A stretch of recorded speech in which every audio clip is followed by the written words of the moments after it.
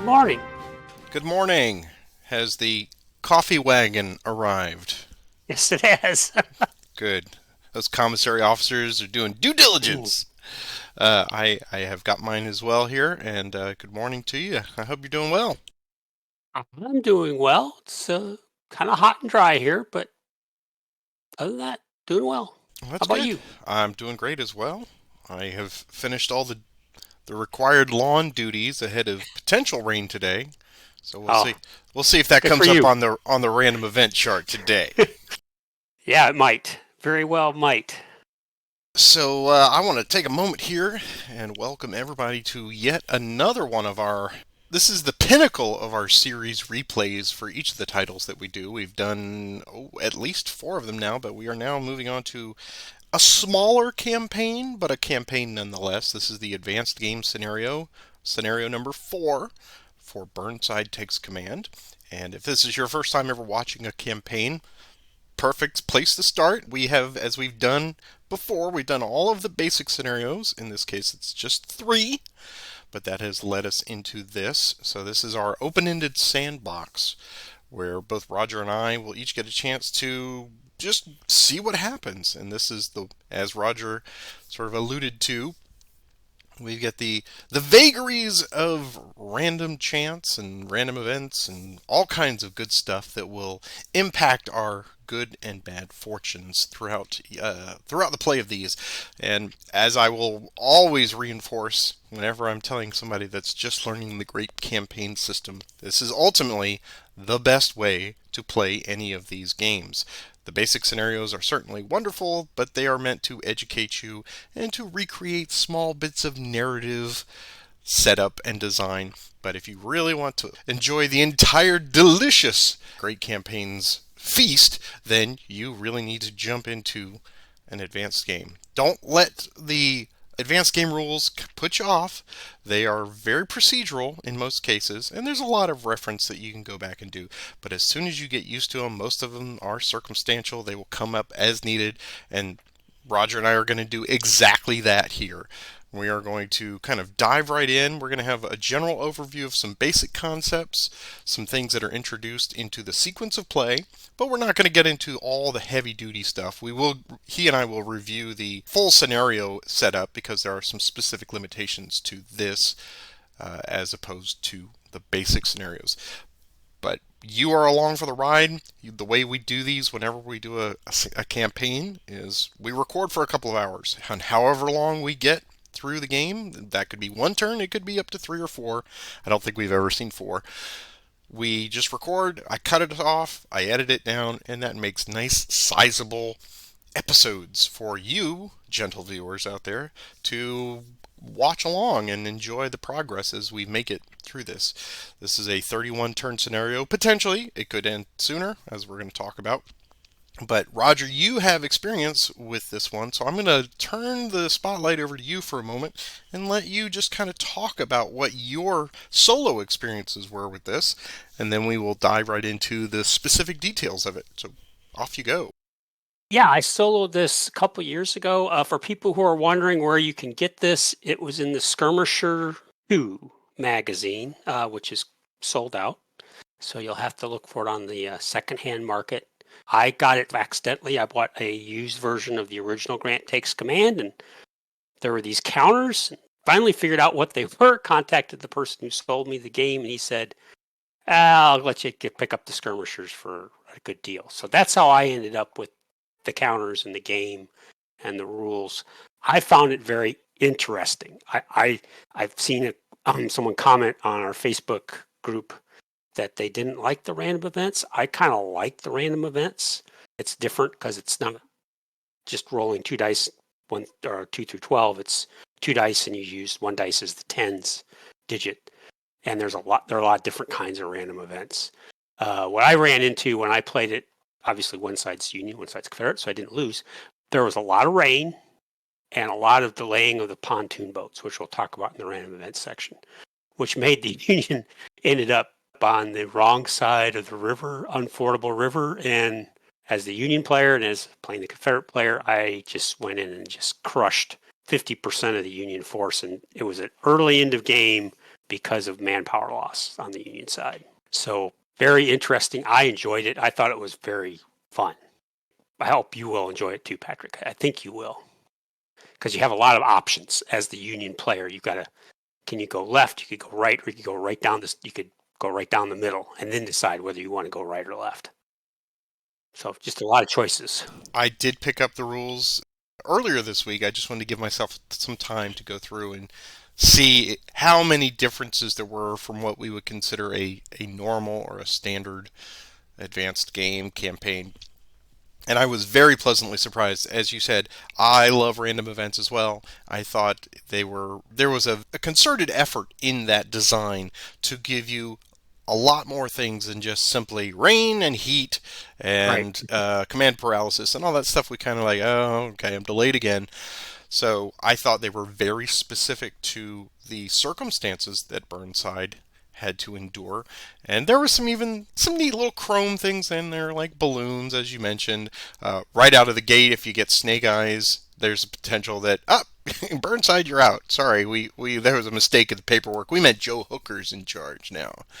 So I think with a D66 chart there, and I'm pulling it up for the benefit of the viewers here, Alberto has put it into this module.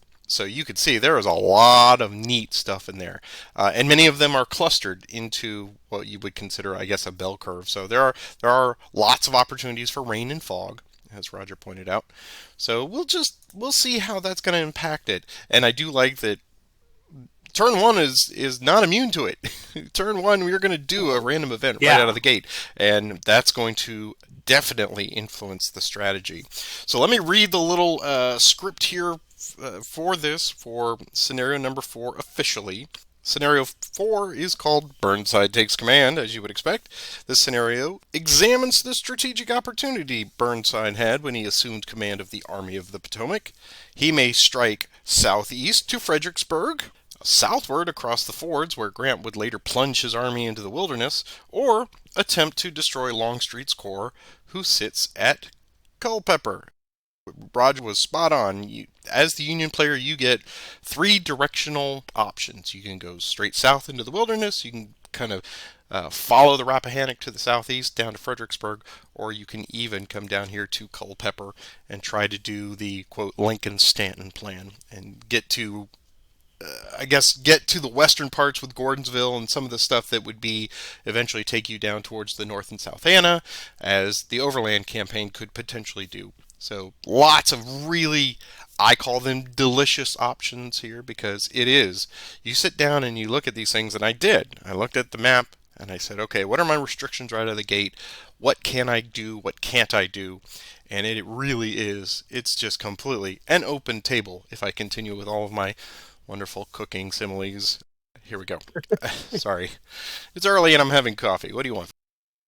So we see the setup here is exactly like the Lincoln-Stanton plan. This is Burnside's campment up near Warrenton and all of the grand divisions as he has reorganized them.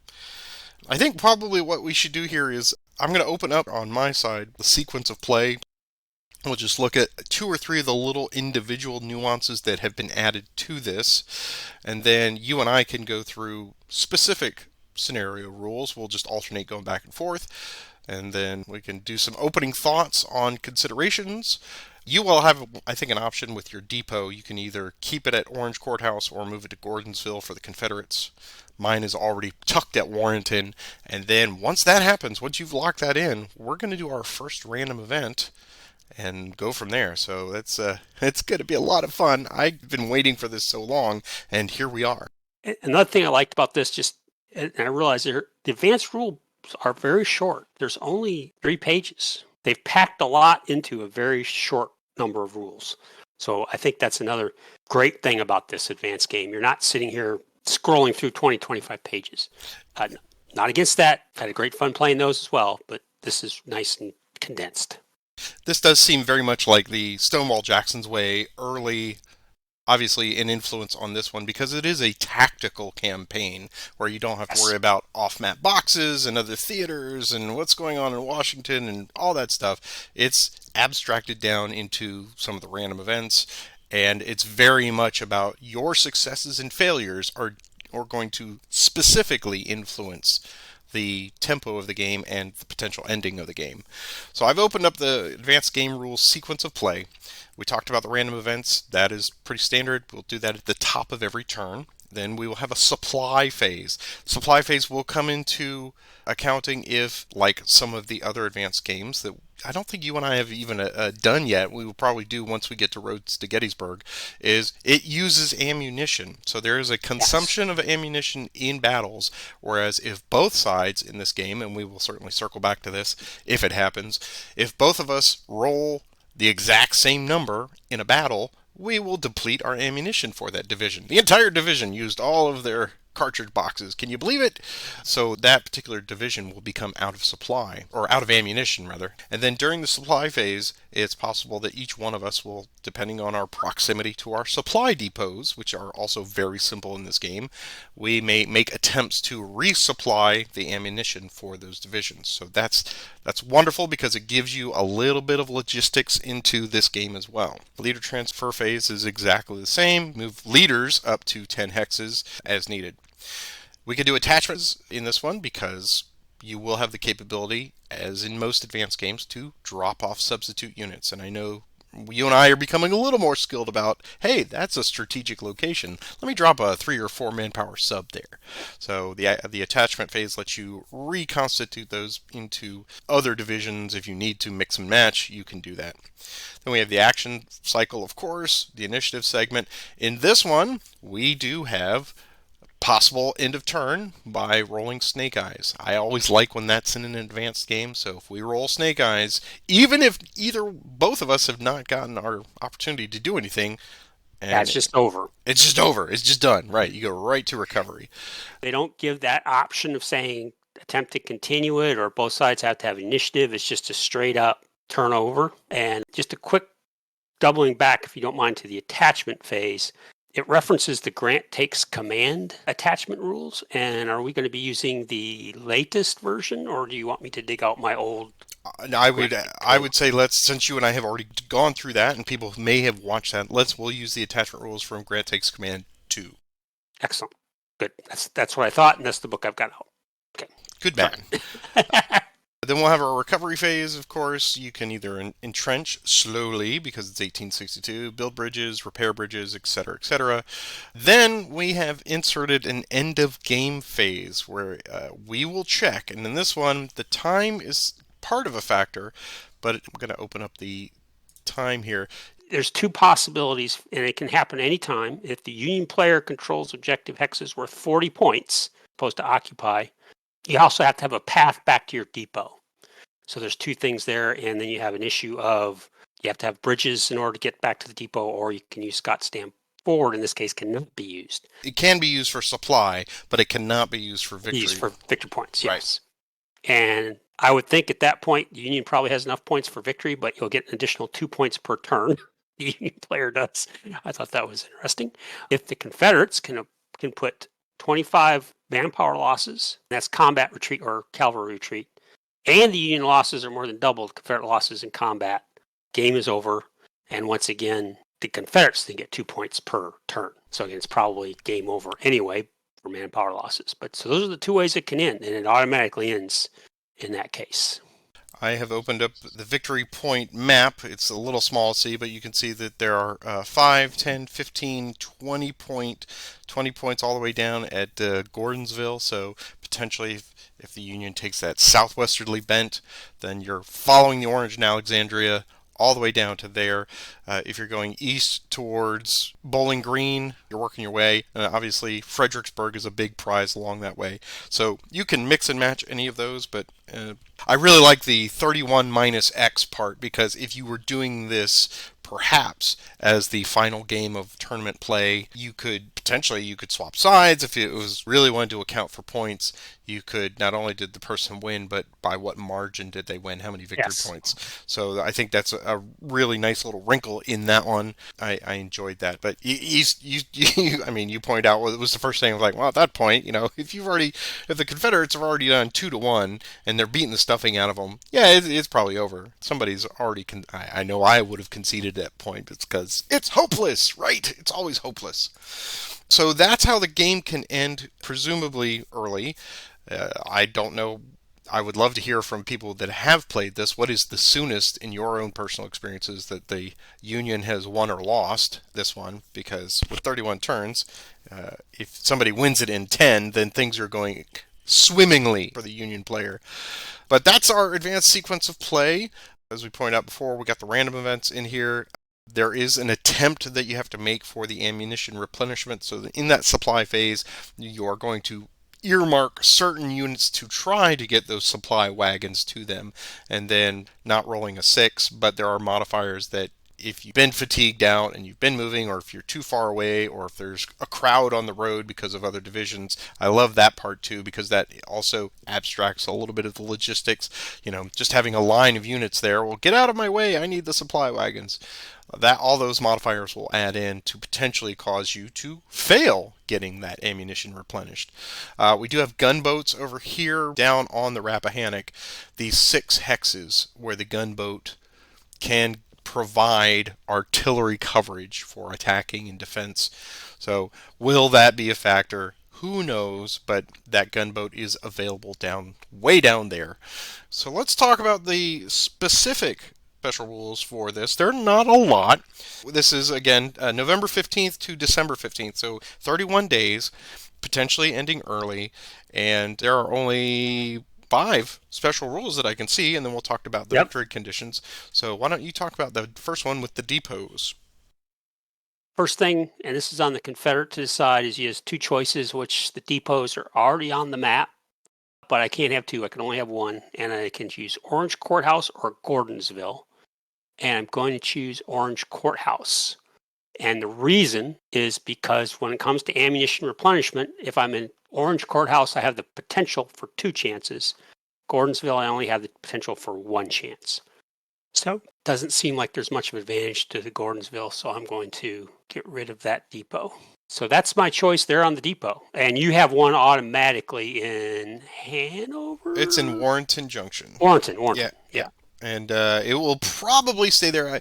Ultimately, and I'm opening up my the victory point window here. Ultimately, the Union could potentially have one at Akia Creek, way over off of Stratford, behind Fredericksburg. So if I wanted to kind of push later on to get ammunition directly funneled towards Fredericksburg, then I might be inclined to do that. Of course, I've got the Warrenton one where I am currently, and then should I push Longstreet out of Culpeper, I can establish one at Culpeper. And like Roger was saying, that depending on which one I choose, there are more or fewer opportunities for die rolls when you're choosing. You just get some extra attempts when you're better supplied. So for now, mine is preset. I don't need to worry about that. And yours is also, I can't destroy it, or you can destroy my depot. Oh, well, that's handy. Excellent. Because what they've done is they've abstracted out the 11th and 12th Corps. Historically, Burnside used that solely to protect his supply base. And so that's how they've abstracted the 11th and 12th Corps out of the game and just said they're guarding the supply base. That sounds like Siegel and the Germans. It would be, yeah. So that's just to mention that mine is there for the taking, and you get points when we talk about victory points for that. Excellent. Special rule number 2 down here in Fredericksburg, we have the Virginia militia is parked there. They're under breastworks. And special rule number 2 just says that if they're forced to retreat out of Fredericksburg for any reason, it's just destroyed, and we take that off, and I get a victory point as if I had destroyed the 1 manpower in that. So that's preset. That's just your historical narrative that they were guarding the town, and they will be taken out if, for whatever reason, they are forced to retreat. Roger, go back and talk about the pontoon bridges, which I think you corrected already in this. Yeah, the Union player does not have pontoons at all until turn 4. He may get them. There's some random events that may push that out. Crossing my fingers that happens. But that's as soon as you can build it. You have 5 major rivers, and you can build, and we can both. I have none, and we can both build as many minor river bridges as we want. No limit on minor river bridges. And it would seem like, as I recall, unlike the basic scenarios where they said the Rappahannock is at the high water because of rain from here to there, I may not need pontoons, except Right. for the fact that it does factor into supply and victory points. But if I don't get rain, if it's an unusually dry winter from November to December, well, then I don't have to worry about the Rappahannock being too high or at certain points beyond that, and I can use those fords. So they're really kind of an insurance policy there just to keep us adhered to the historical narrative. The Union movement restrictions for number 4. So I think I've got these already under markers from Alberto here, but Brooks and Howe, and let's see, where are they? Yes, they're right up here yeah. So Baldy Smith, Brooks, Howe, and Newton cannot move until turn 2, and that's easy. And when they come in, they will be at fatigue level 1. We can see that they're already marked with fatigue level 1 there. Roger, you've got Confederate movement restrictions. I'm basically going to be an observer for turn 1, unless, and then I'll talk about on turn 2. I'm an observer until we roll natural doubles for initiative. And the action cycle will end on the double ones on turn 2. If by chance at any point you cross the Rappahannock River into Culpeper or Rappahannock counties, then restrictions are removed. I can possibly see a strategy where the Union decides, I'll just press straight ahead. Yeah. But who needs that kind of frustration, right? Okay, well that's it. That's for an advanced game. We got 5 initial special rules for the scenario. Not a tremendous burden for us players. Let's talk about the victory conditions. I will open up that window again just to show you all the victory point markers. There's a 20.1 for Fredericksburg, which is, of course, what we've been fighting over in the last scenario, or 20 points for Gordonsville. So the moderately southeast along the Rappahannock, or the far southwest. Those are your big enchiladas. We got 15 points for Orange Courthouse, and then the lesser ones, 10 for Spotsylvania Courthouse, which Grant will tussle over later, or Bowling Green, way down there, along farther down the river. Then we have 5 points for Guinea Station, Port Royal, or Culpeper, and all of these are for control only. They do not have to be occupied, and they're only assessed at the very end of the game. So depending on if the game is triggered to end early, then you will make the assessment and the calculus of all the victory points for those places. +3 for each Confederate depot that the Union destroys, as we pointed out. Right, the Confederate player may return a destroyed depot to the map, and the supply plays at the 3rd turn after it's destroyed. So if you were to do that, we'd have to we'll mark it, put it on the map 3 spaces ahead, right? Yep, put it on the map 3 spaces ahead, and then that counts as one of my 2 depot moves. We're only allowed to move the depot twice. So we've got a little bit of things we'll have to consider when we get to how we want to track, because given the fact we are taking breaks, and my mind's not going to remember. you and me both. We do have the advantage. Thanks, Alberto. You've added notes to this. That's great. So we do have a place we can put notes in. Oh, excellent. The module. Very, very good. We got +1, -1 for manpower losses. It's 1862, so there's no muss and fuss on that. We don't have to worry about the premium on one side or the other.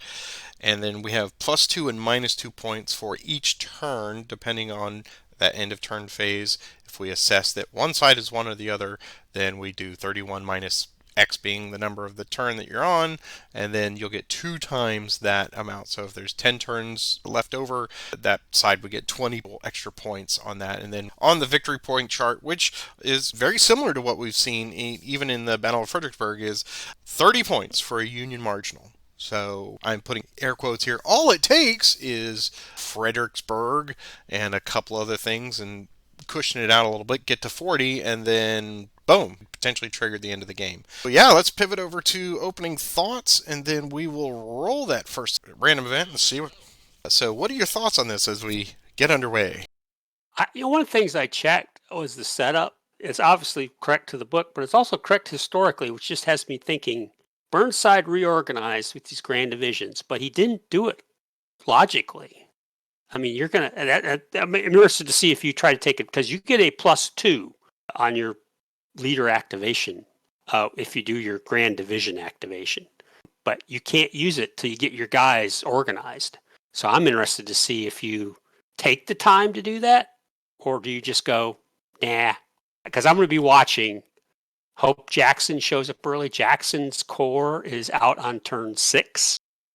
Random event, he might come in early. Random event, he might come in later. And I do have the option of potentially rolling a die and having him come in early. The word that kept coming back to me for the Confederate player in this one is shadow boxing. It just seems like you just match my moves and keep me east of their Appahannock, right? That's Yeah. you've got cavalry that can do that. You've got a lot of units. If I am so brazen as to just force my way across, in scenario 1 when we were dealing with the Lincoln Stanton plan, they just said, "Go do this," and you and I were both Yes. like, "Okay," and we start marching toward like Amisville or whatever and trying to get around these different things. There were no ramifications for us doing that. So now we understand, oh, well, yeah, I can keep everything just kind of status quo if I perhaps use this as a logistical turn. I did have that very consideration of, well, do I try to move things together because they are all mixed up? And as I saw last time, like Sumner controls Wilcox, who is way down here. So do I get them starting moving? Do I get them moving closer? Because I've got 3 or 4 days that I get the +2 because I get those up through the 17th. So if I'm a mind to, and I'm not marching everyone to death, I might use the opportunity with favorable die rolls to try to cluster them together and then move as a unit, depending on what I want to do. But so much of this will depend on the very first random event. So before we get started with this campaign, I want to wish you the very best, Roger. Yes, to you as well. Thank you very much. And let's do our first random events. Would you like the honors or would you like me the honors? I'll give it a shot. Okay, so this one's easy. You just roll 2d6 and we just read that number as it is. It's It's a a 43. 43. It's raining already, +1. Oh, Wow. okay. Well, there we go. So let's put some rain on the chart. And I know you're just doing a little happy dance over there right now. Which means we have to put some unfordable markers out. So rain current +1 for minor rivers has a number 1. So the minor river unfordable goes 1 ahead of current. 1 ahead of current, which we can't see. And major river unfordable is 2. So that would go to there. Perfect. I believe it was Guns N' Roses that lamented the cold November rain, but now I will as well. So that does certainly cause me to rethink what I'm doing here. Let's talk our sequence of play. So supply phase we do not need to worry about, and we've got leader transfers. I don't think I'm going to move anybody. Everyone is where I want them to be for the moment. So the Union will defer, and if you'd like to make any leader transfer. Ah. Well, Lee and Longstreet might as well just stay where they're at in Culpeper. Enjoy themselves. Okay, well then let me... Alright, so then it's on to attachments, which we do not have any, and the action cycle. Alright, so the action cycle is prescribed that the Union gets all of turn 1, as much or as little as I wish to do, as long as I don't move anybody across the Rappahannock into these 2 counties, then I'm fine. This is fine. So what do I want to do here? Clearly I'm going to stay on roads and pikes where possible. All the pikes are going northeast, southwest, so that's terrible. Terrible, You terrible. could cross the Rappahannock. Oh, you can't. No, I can't. It's flooded, right? Unfordable. Yeah. So you have to swing all the way through the woods there. And there's no... there is a bridge here, so you do have a Zoc down there at Bayard. Okay, let me think on this for a moment. Puzzle, puzzle, puzzle. How do I move without telegraphing everything that I want to do? Okay, I think I will move Wilcox and the 9th Corps. So let's see, we got Getty, Sturgis, and... where's the other one? And way down here, Burns. So Getty, Sturgis, and Burns will activate to march. So they get a fatigue. And here's their movement +1. It is a 5. Okay. So we're going to go 1.5, 3, 4.5. And Getty will go 1.5, 3, 4.5. Of course, we'll have Wilcox go with. And Sturgis will go 2. That'll be an extra 1. So, yeah, they can get there. And 3 more is 5. Okay. Next, we'll have Sumner. He will do a Grand Division March, I believe, because it's just the 2nd Corps and the 9th Corps on Yep. the right. So he will activate and give them all a +2. So here's the movement +2. It's a 6. So let me mark all of those guys. And and the artillery reserve as well. Let's see. And we'll have, all right, artillery will go first. They'll go 2, 4, 6. And then Howard will go 2, 4, and 6. Hancock's will go 2, 4. And of course, everybody goes with him. Hunt will stay behind. Sturgis will go 3 to there. Burns will go 3 + 1 is 4 to there. I think Wilcox will transfer over to them. And Getty will go, let's see, there's 12 in there, so it's +2. So this is 5 to there, and they'll stop there. French, I think, is just going to do a min move to there. Wow, what a mess. Okay. Next, I'll have Butterfield march his 5th Corps. Here's movement +1. Ooh, that's a very nice movement. Okay. He's going to transfer over to Sykes.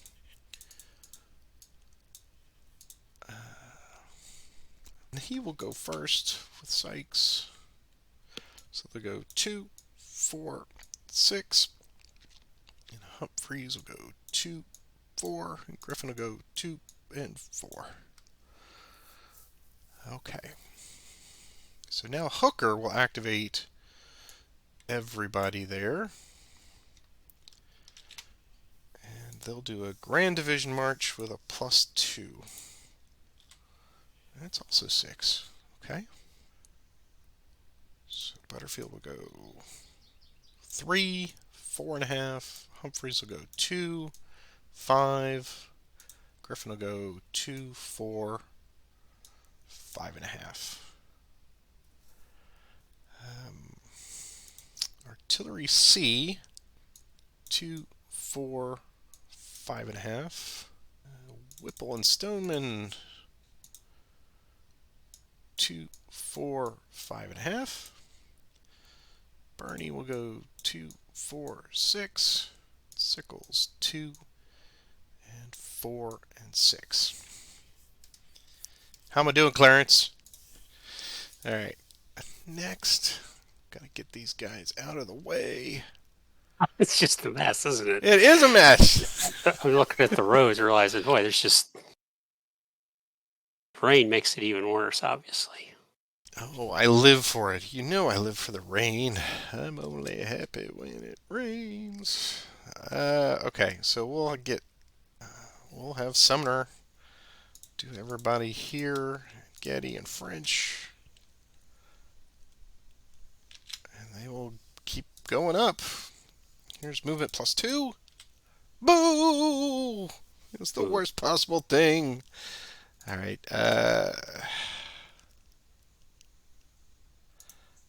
Howard. Let's see. These guys can just go as a group.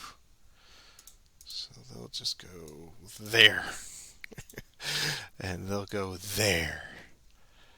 And Wilcox has to do, or let's see, we'll do French, we'll go there. Okay, and Sturgis will take Wilcox ahead. Here's extended march +1. They're okay. There, there. Burns extended march. He's okay. There. Getty's extended march. Oh, flips. It's like, we don't want to leave Warrenton. I think that's all for that. The resistance to punching initiative is very, very hard. I will have Hooker activate his Grand Division.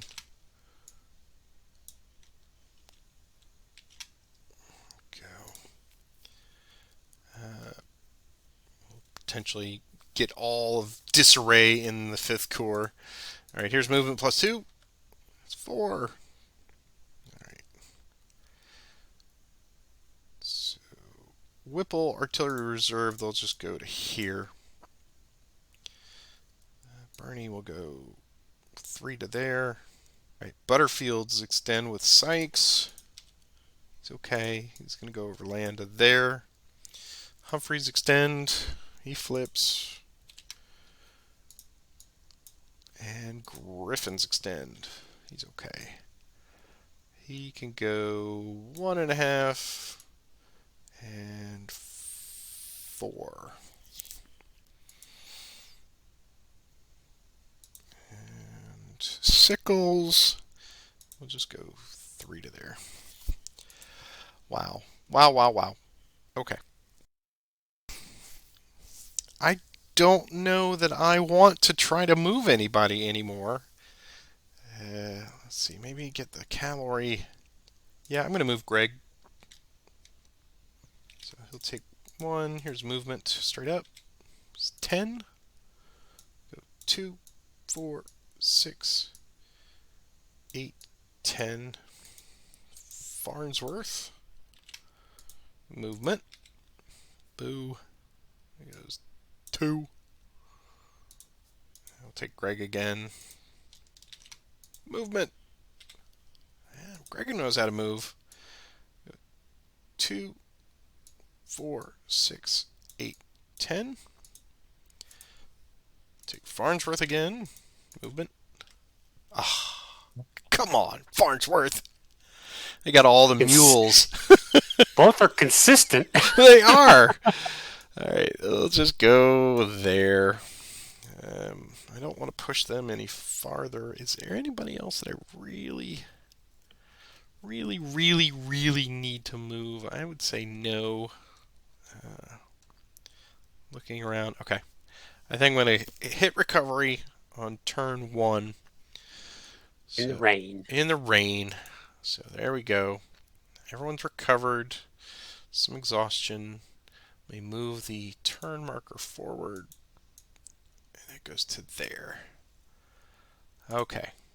So, random event first. Right? Random event. Okay, I will roll it this time. We're just clicking right along, aren't we? 2d6 is 21, which is 21. Something exciting, I think. Pontoons delayed. Okay, so I T16. kick the pontoons back. Fair player rolls 1 die. The result is the number of extra turns by when the arrival of the pontoons is delayed. Oh. However, that die roll is modified downward by a -1 for each time the pontoons delayed event has been rolled. Oh, man. Okay, so -0. Yeah. Don't roll a 6. Okay, 3. All right. Okay, so I'm moving those out. So pontoons delayed today. Yay. All right. At least it's not more rain. Oh, wait. Okay, so leader transfers. I think I'm good where I am. No, and I presume nothing for you. Yeah, nothing for me. Okay, so in this one, I do need to roll initiative each time, but I will win the initiative until it's the first tie, and then those turn 2 markers will come off. Let me take mine off of Smith, and if we get double ones, the turn will just end. So we'll see how far we got. Okay, so here's the first initiative. 6-5, okay. Sumner will activate the Grand Division. Here's movement +2. Wow. It's not going well, Roger. Okay, so Howard and the artillery will just move there. Everybody else is there. They'll just move as a unit there. And Getty will move there. You want to move French? I do want to move French. He's just going to do 1 hex on top. Thank you. Okay. Let's move the next initiative. Yeah, alright, still mine. I'm going to... I'll have Smith activate everybody up here. We're going to go to fatigue level 2 now. They started fatigue 1, yeah. Yeah. And here's movement 3. Okay. So guess what? Everyone take 1 step forward. We'll just do that. Because these roads are terrible. Alright. Next initiative. Still mine. Let's move Farnsworth. Here's his movement. 7. So he'll go 2, 4, and 6. Take him again. Movement 11 this time. Oh. 2, 4, 6, 8, 10. Okay, let's see here. Well, I hate to do it, but Sumner's going to push them. So they're all going to go to fatigue level 1 more. I'm going to have some extended marches for the 9th Corps. Here's movement +2. That's better. Okay, so Howard and the artillery go 2, 4, 6. Couch and Hancock follow behind. Extended march for Burns first, +1. Oh, lose a man, or flips. Okay, and goes 2, 4. He'll come off the side, 6. Sturgis extend. He's okay. Go 2, 4, 6. We have Getty's extend 2, 4, and 6, and French's French just straight up. He'll follow behind. All right, that gets me a little room. Next initiative, still mine. I will have Hooker activate. So here's a +2 for this roll. Very nice. Okay. Telegraph head, tell Sumner to get out of the way. Okay, so Butterfield will go first. 2, 4, 6, 8. Hooker and these guys will go 2, 4, 6, 8. Bernie will go 3, 5, 7. I'll have Humphreys go overland. He'll go 4, 6. Griffin will go overland 4 and 7.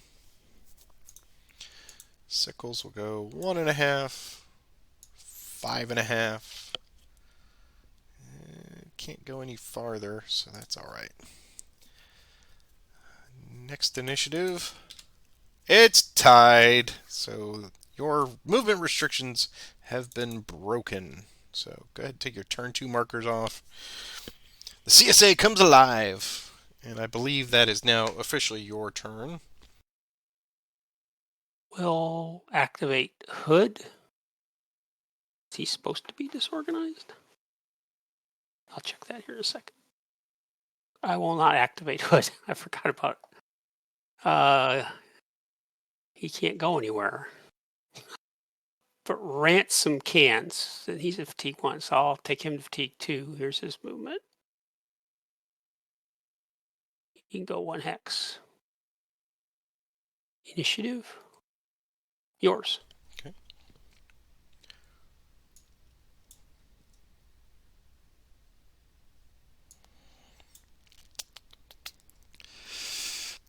Reynolds will activate the entirety of the first corps plus the artillery. Here's movement +1. There you go. So everybody's just going to take one step down the road to there and to there. Initiative, yours. Longstreet will activate Pickett. Here's his movement. 6. He'll go 2, 4, 6 to there. Initiative, mine. Longstreet will activate McClaws and Pickett. Movement points. Lee and Longstreet will transfer to McClaws. Pickett will go 2, 4, 6. 2, 4, 6. Initiative. Mine again. Stewart will activate Hampton and F. Lee. So that's going to be 12. No, 11. 11, yeah, he's a division. So let's see. 3 to there. 6, 9, 10 and a half. Initiative. Mine. Longstreet will activate McClaws, Pendleton, Anderson. Here's their movement. It's 5. Pendleton will go first. 2, 4 to there. I need a substitute. 2 manpower. 1 piece of artillery. 2, 4 to there. And sub 1's going to stay there. Initiative. That's mine. So we'll take the artillery.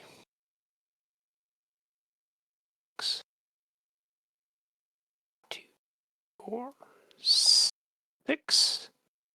Yeah. Initiative. Oh, they were self-marching, right? Okay. Yeah.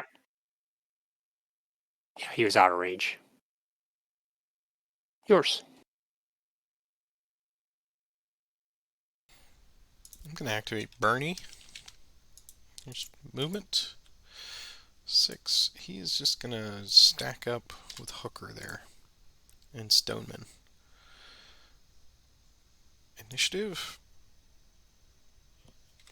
Yours. I'll take Anderson. Go 4. 2 and 4 there. Initiative. Yours. I'm going to pass. Take Stewart. We'll take F. Lee and Hampton. Go 10. So 3, 6, 7 and a half. 9 and a half to there. Initiative. Yours. Reynolds will activate Gibbon and Meade. Here's movement. You're just going to stack up there. Initiative. Yours. I'm going to pass. Okay. And then I will have Reynolds activate. Sickles will go first. He'll self-march. He's just going to stack. Initiative. Yours. Pass. Okay. And then these other guys will activate and also just do a min-hex move to there. Initiative. Yours. Pass again. I will pass as well. So we will do a rain recovery. There we go. We'll advance the turn marker. Well, we got 2 turns down. For the moment, the rain has abated. Let's see what happens here. Let's see. Sequence. Yeah, it's time for our new random events phase. So let's see. I did the first one. You did the second one. I'll do this one. Here we go. It's a 42. Oh no. Oh no. Rain The, current plus one. Wow.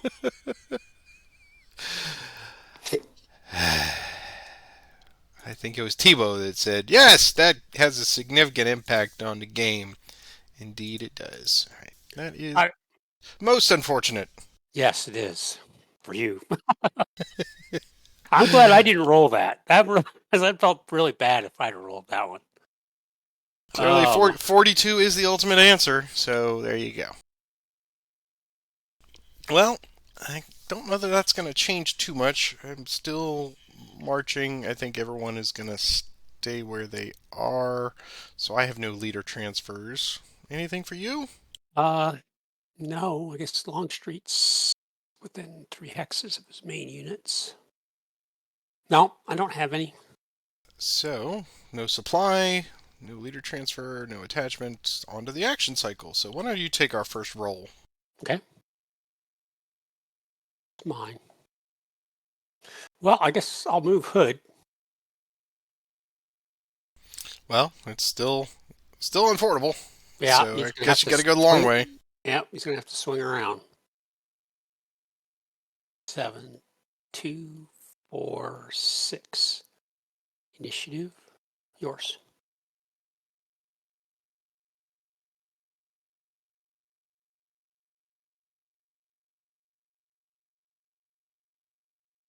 All right. Let's move Smith and everybody there. Fatigue level 1. Here's a movement plus 1. Yeah, that works. Somebody wants to march. We've got to go to Catlets, so he will follow. He'll attach to Howe, and they'll go 2, 4, 6, and 2, 4, 6, and 2, and 4. Initiative, mine again. Take Smith again. Movement 3. Okay, so they'll go there, they'll go there, and they'll go there. Initiative, yours. Actually, I'll take ransom first. T1, 2, and 4 there. Initiative, yours. Turn 3, the last turn that I can get a +2 on Grand Division marching, so I'll have Sumner activate the 2nd Corps and the 9th Corps. Get a movement. Movement +2. It's Sumner. How you disappoint me, sir.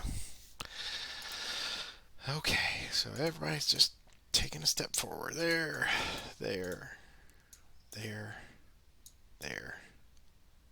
And they'll go overland to there.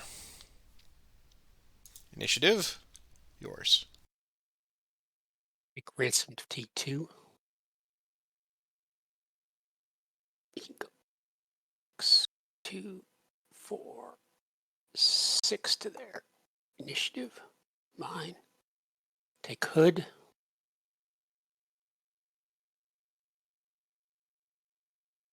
One hex to there. Initiative, mine. Oh, let me zoom out here.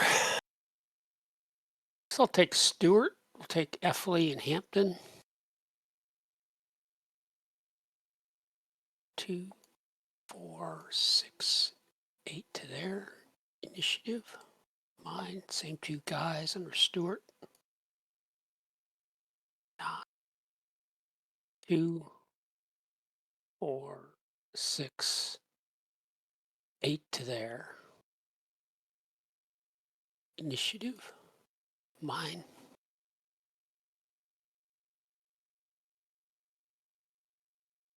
Activate Pendleton and Anderson. Go 4,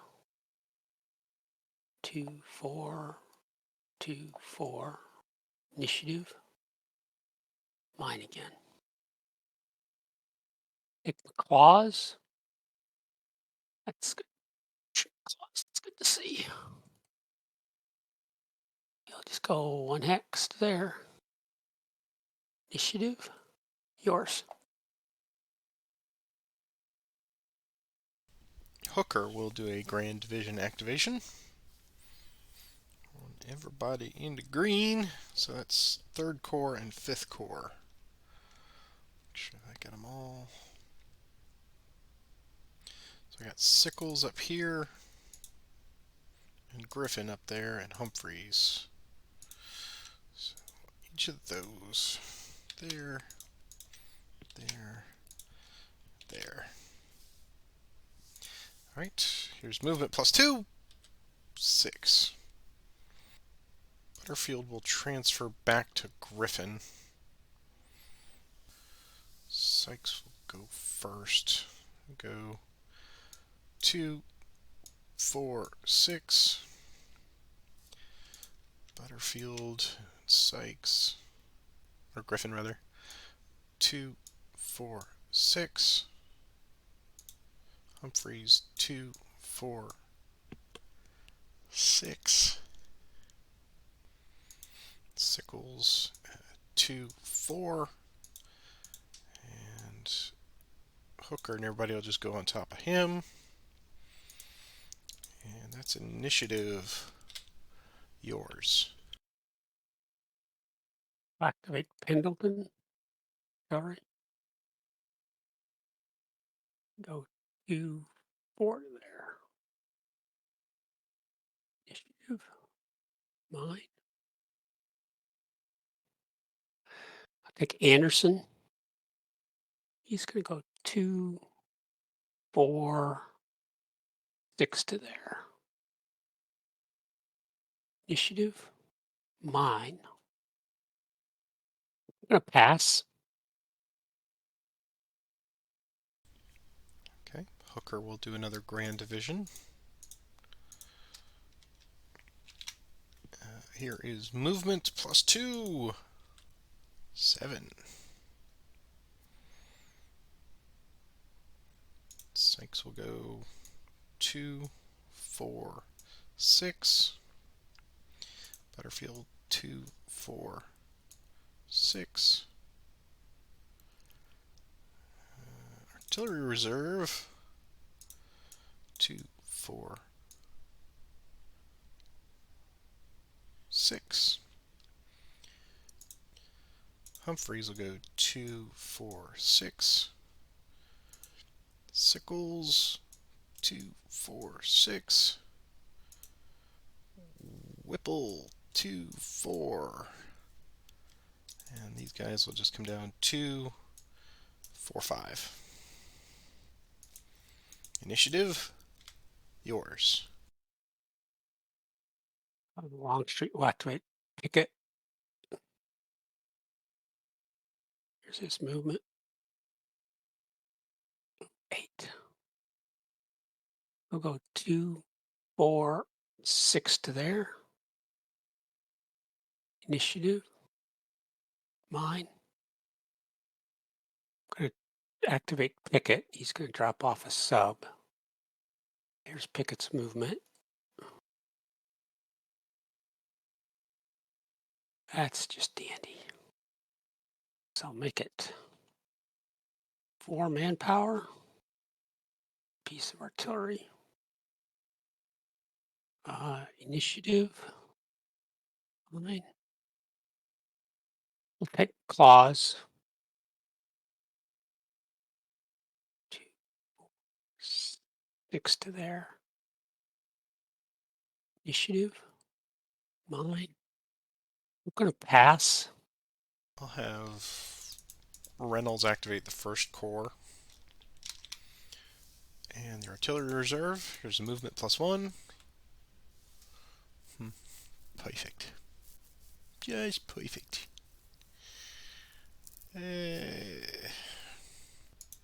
Yep, we'll just go that way.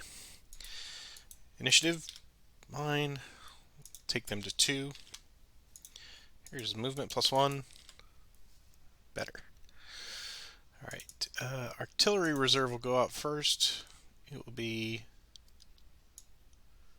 3, 6. Then Meade will join them. Gibbon will go 3, 4.5. And everybody else will go 3, 5.5.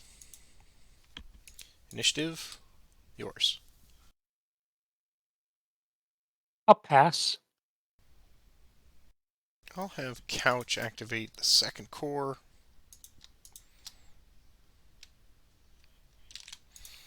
Movement +1. 5. Howard will go 2, 4. Oops. Do them both. 2, 4. And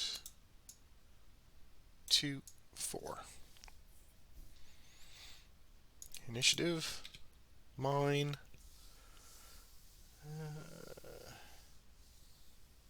Oh, I left these guys back. They should have gone to there and be that like that. I will pass. I will pass as well. Okay. So hit rain recovery. There's no entrenching in this game. Let's move our time forward. There. Let's do our next random event. I think it is your turn. Okay. 65. Council of War. This is the one that caught my eye. So this is the first time this has occurred. So I may attack this turn if I start my action adjacent in an enemy Zonk, but I can't leave the Zonk first, and I cannot force march at all this turn. And then, so beyond that, if that occurs again, then that will have more effects later on down the road. But for now, we're not moving fast anyway, so, and I don't think there's going to be any attacks this turn. So I don't know that that has a significant impact on this one, but if there's a marker for it, you can throw that out there to indicate it. Council of War. It is important. If it happens again, I choose a Grand Division and you have to make at least 2 attacks. Isn't that great? If the Grand Division does not execute these attacks, you lose victory points. Interesting. Yes. So that was the one that when Tebow had mentioned that online that has an impact on the game, this was the one that I both liked it and as the Union player, I'm repelled by it because if that happens again, that's potentially 5 points. That could be pretty ugly. Okay, leader transfers. Oh, I believe that is next, right? Supply phase, we don't have to. Yeah, leader transfers. I'm going to move Burnside down to Hooker. Sumner and Couch are going to move back to French. And Wilcox is good where he is. And Smith is good where he is. So that's it for me. I'll leave Longstreet and Lee where they are. No attachments. So it's time for our initiative. I don't recall who did. Let's see. I rolled the dead. So yeah. Oh, here's our first initiative. It's mine. Okay. Wilcox is going to activate the 9th Corps. Here is movement +1. 5. So we're going to go 2, 4, 2, 4, and stack on top of Getty. Initiative. Mine again. We'll have Hancock activate French. Movement. You can go 1 hex. Boom. Initiative. Yours. Bring up Ransom. Go 1 hex to there. Initiative. Yours. What I love about it, by the time I scroll over to where Ransom is, it's my turn again. He's so far away. Okay. This would be interesting to do this one with Fog of War, wouldn't it? Mm-hmm. Okay. I will have Hooker activate his Grand Division. Everyone's in range. So all of these guys. Here is movement +1. 5. So Sykes will go 2, 4. Butterfield 2, 4. Sickles there. Humphreys. And this guy will Fayetteville. And Whipple's 2, 4. And these guys will go 2, 4 to there. Initiative, yours. Longstreet will activate McClaws.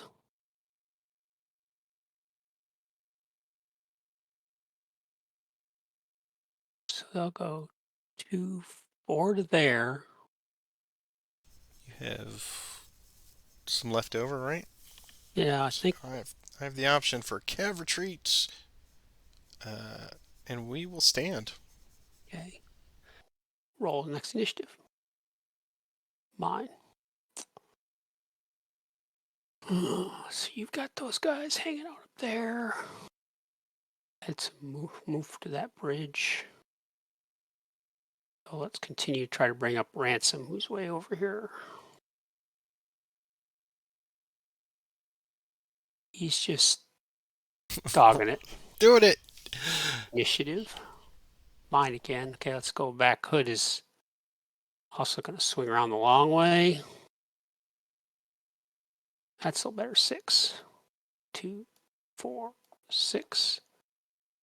Initiative. Yours. Have Sykes march, activated by Butterfield. Movement. Oh, what a great movement. That is 7 total. He is going to transfer to Sykes. And they're going to go... I think there's a woodpecker in the house. He's gonna go 2, 4, and then going overland and clear is just regular in rain. So he'll go 7 there. Initiative. End of turn! Turn, yeah. Boo! Well, I guess that's fine. Whatever. Recover button in the rain. Everyone is recovered. And we will advance the time marker. We're out of the rain again for the moment. 1, 2, 3, 4, yes. Alright. What is... I will... Let's see, you rolled that last random event, so I will roll this one. So here's turn 5 random event. 13. Sir, the Yankees are in. False rumor that the Union has made a naval landing at some point to the south forces the Confederates to redirect some of their forces. One Confederate division chosen by the Confederate must spend the current day at least 2 marches marching as far due south as possible. Well, gee, gosh, I'm guessing that's probably going to be Hood or Ransom, but, you know, whatever. So whom would you like to designate? I guess it'll be Hood. Yeah, he's already down there, so back from whence you came. At least 2 marches. So he's got to have. So Potentially to Madison Courthouse, and then I'm just wondering. I mean, is that something I can just wait it out and hope the double ones come up, or is that something I've got to do right now? I would just say if he marches at all, yeah, He you has to go designate him. south. He has to go south, right? Okay. So yeah, I could see a little. It's not gamey, but I mean, yeah, if you wait it out, it's a rumor, but it kept them inert, so that works too. All right, well, leader transfers then. I don't know that I need to move any leaders.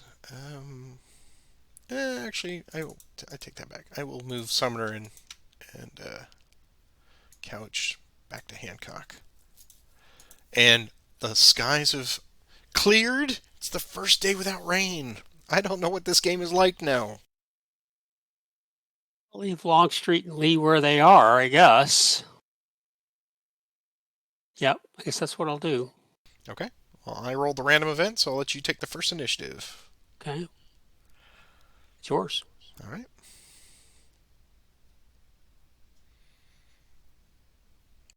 So the minor rivers are now fordable, but the major rivers are not. Okay. Then I guess that kind of makes the decision for me. I will activate the first corps with Reynolds. Here's movement +1, 4. So Meade and the artillery will go ahead. They'll go 1, 2, 3, and 4. And Doubleday and everybody will go in the middle. We'll go 1, 2, 3, and 4. And Gibbon will go 1, 2, 3, and 4. Initiative. Yours. Be everywhere at once here almost. Sir, the Yankees are everywhere. Yeah, pretty much. Okay, we'll activate Pickett and McLaws with Longstreet. Here's their movement. 7. Drop off yet another sub. Pickett's going to go first, so I'll go ahead and move Pickett first. 2, 3, 4, 5, 6. 2 forts there. 7 to there. Claws. Drop off a sub. 4 manpower. 1 piece of artillery. 1, 2,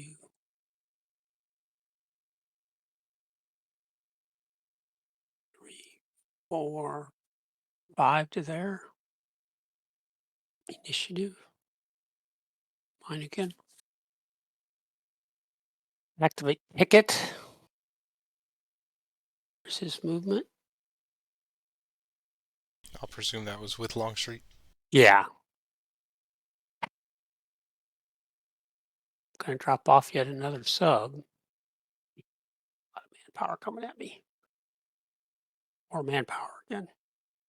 No artillery this time. Pickett's just gonna do a min move to there. Sub there. Yours. Hooker will activate the Grand Division. Here's movement +1. Hooker. Okay. Well,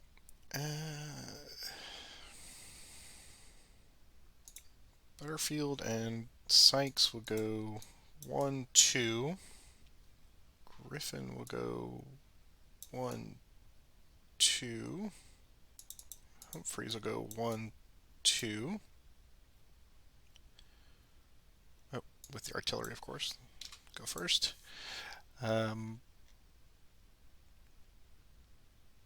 Sickles 1, 2. Whipple 1, 2. And everybody else 1 and 2 to there.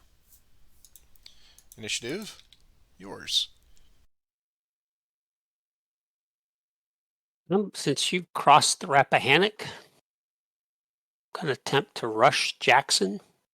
Okay. Yeah. If Jackson is all Confederate arrive on the map, Teagle will want the markers on the exhaust side. Roll 1 die, consult the table below. So it's 1 to 2, I get 2 days. 3 to 5, 1 day, and 6 is the entry's not changed. 6, so no change to the entry. So that was my chance to do that, and it failed. Okay. It's not clear if that's my initiative or how I'm supposed to do that. So I'm assuming I'll roll another initiative roll. Okay. I don't know if that's how it's supposed to work, but that's how we're going to play it. And I'll try to remember to make a note of that if they decide to redo this. It's mine. Okay. Take WHF Lee. Go 4. Dang it. Man alive. Well, that's not a Zoc, so he could do a min move to there, right? Yes, that's correct. Initiative. It's yours. All right, so it's just going to be the 5th corps that's moving. Butterfield will transfer to Griffin. And they will go 1, 2 to there. I have 2 left. What would WHF Lee like to do? He'll stand. Okay. So, I think I will try our first attack of the game. So this is a normal attack. I've got +1 for tactical, and I've got a ratio of 5 to 1, so that's a +4 ratio. I have more than enough guns, that's not a problem, but it's a -2 for crossing the ford. So I see 5 up and 2 down. Final level +3. +3 final. Here we go. Okay. Here's the attack. It's a 6. And repulsed at the ford. No ammunition loss on that one. I am a +1 on 17. There's a 1D for me, so I'm going to give you manpower. And you're just a 3, so just a D. So that was not good. Should have gone better, but crossing the ford is always a challenge. Okay, so we lose a manpower, bunch of fatigues, and we flip, and that is terrible. Okay, would you like to make a voluntary retreat? No, we'll stand. We'll see. Okay. The next initiative, hopefully. Sykes, then, I cannot attack when going from Zoc to Zoc, but he will join that crew. Go there. And then Humphreys and the artillery will go. Let's see, I had 4 total. So they'll go 1, 2, 3 to there. Alright, next initiative. It's yours.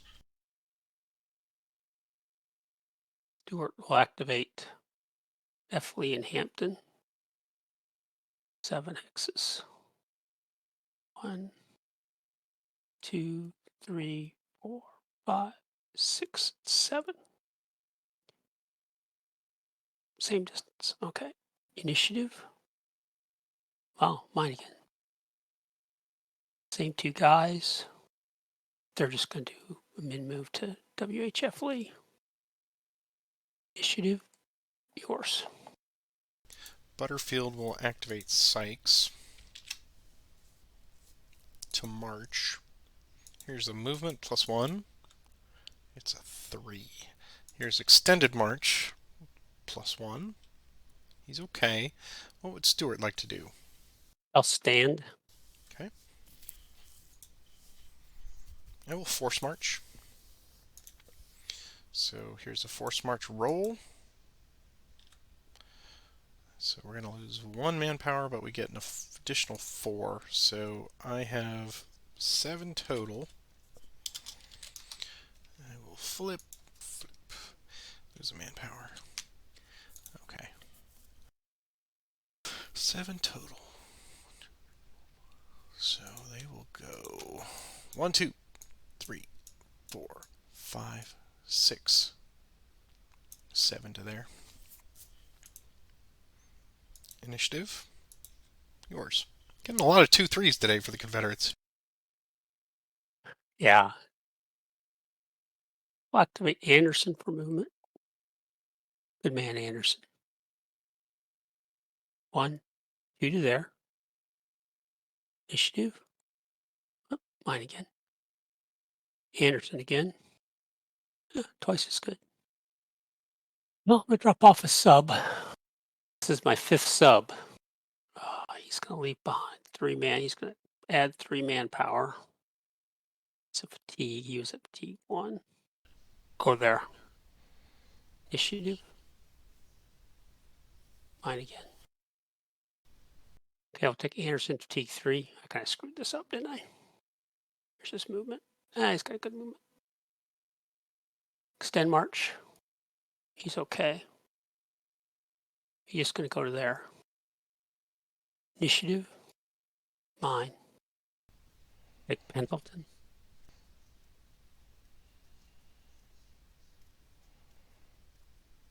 Three to there. You. Yours. Sumner will activate the right Grand Division. Here's movement +1, 6. Howard will go 1, 2, 3, 4, 5, and 6. These guys will go 1, 2, 3, 4, 5, and 6. Wilcox or Burns will go 1, 2, 3, 4, 5, 6.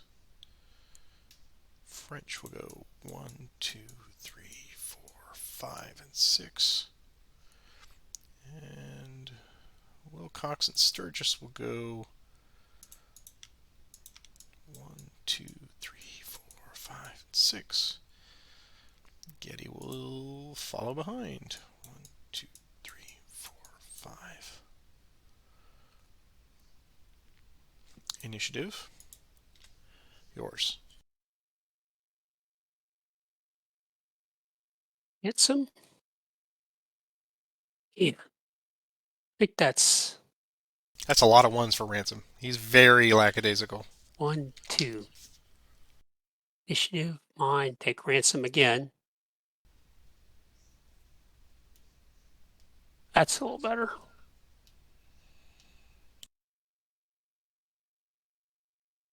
1, 1, 2, 3, 4, 5. Hmm. Hmm. 6 to there.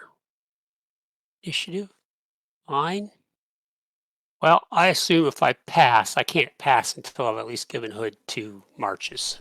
The spirit of the rule is that it just keeps them from moving, or if they are going to move, they have to move south. So if you pass, I think that's still legal. We are wonderfully making notes here, so yeah, we want to articulate that a little bit specifically, but,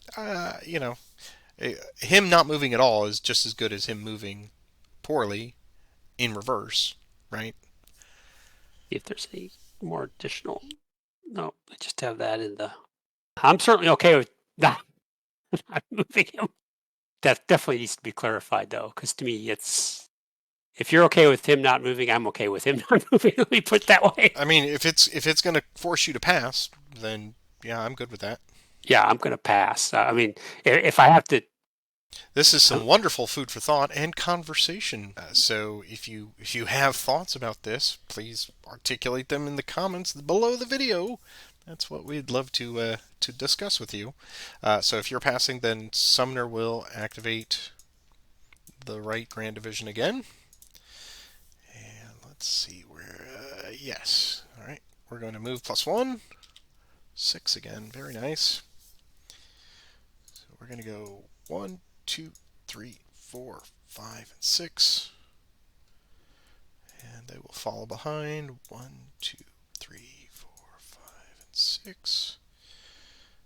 And all of French. 1, 2, 3, 4, 5, and 6. And I guess Burns will go. Where do I want Burns? Yes, Burns will go 1, 2, 3, 4, 5, and 6. Wilcox follows behind. Getty follows behind. Initiative. Yours. I'm going to delete these turn 2 markers that I missed. So you've got the entire right Grand Division heading their way. Well, sir, that's really annoying. I'm going to have to pass. I don't see what I can do here. Okay. I'm going to activate Farnsworth to move. Here is their movement. 7. They're going to go 3, 6, 7 to their initiative. Line. Take Farnsworth again. Movement. Very nice. They're going to go 1, 2, 3, 4, 5, 6, 7, 8, 9, 10, 11 to their initiative. Mine. I will have Bayard move. His movement. 8. Go 1, 2, 5, 8 to there. Initiative. Yours. Yes. Okay. Bayard again. Movement. 9. 1, 2, 3, 4, 5, 6, 7, 8, 9 to there. Initiative. Mine. I will take Greg. Movement.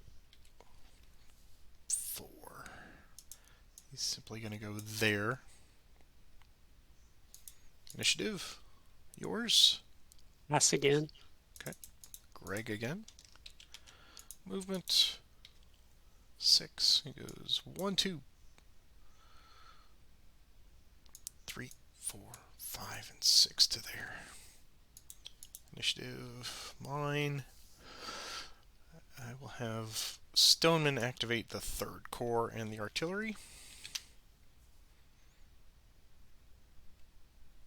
Oh, not the artillery. Just this. Yeah, they're down there with Humphreys. So just the 3rd Corps. Here's movement +1. 3. Go 1, 2, and 3. 1, 2, and 3. Go 1, 2, 3. Initiative. Mine. I'm going to pass. Going to pass as well. Okay. And we're at the 2-hour 15 mark, so this is a great point to end the day. So let's do our rain or sunshine recover. Sunshine recovery this time. Yes, everyone's sunshine recovered. We'll advance the time. And Jackson potentially will be arriving without any issues. Let's do our next random event. So it's an even turn. So I believe it's mine. Yeah, I believe so. Okay. So here is the random event to give us something to think about throughout the week. Rain! 52! It's pontoons Pontoon's delayed. Boo! So I roll a die. This will be -1. Okay. Oh, 4 more days. 4 more days. Somebody fire that quartermaster. All right, so 1, 2, 3, 4. Okay, well, as long as we don't have rain, we've got other options. This is where we end the day and we discuss our thoughts for the opening 5 turns. This is the first time I think we've ever gotten 5 turns in one recording, so that's pretty good. We had 4 solid days of rain and 1 day of open marching. So I'll let you take point on this one if you have thoughts. I love what you're doing to me. I mean, I don't love it, but I like it.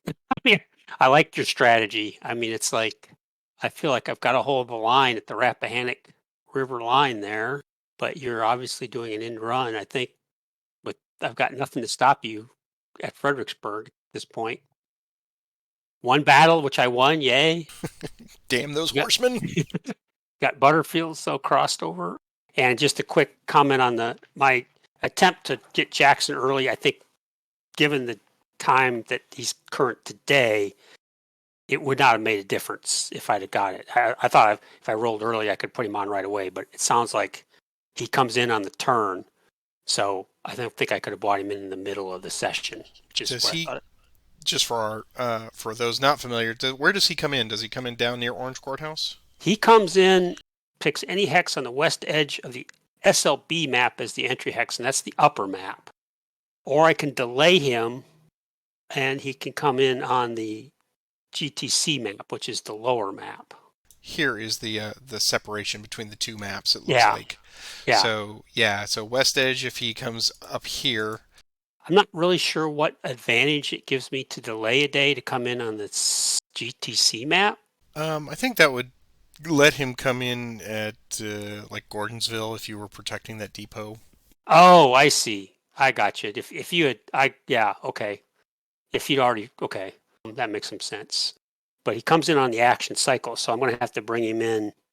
They don't just show up. The cavalry shows up first, and then I can bring in the rest of the corps, but each corps spends an additional movement point to come on the map, and it's cumulative. Gotcha. So Gotcha. the Okay. first one Yeah. costs 1, the second one costs 2, third one costs 3, and the fourth one spends 4.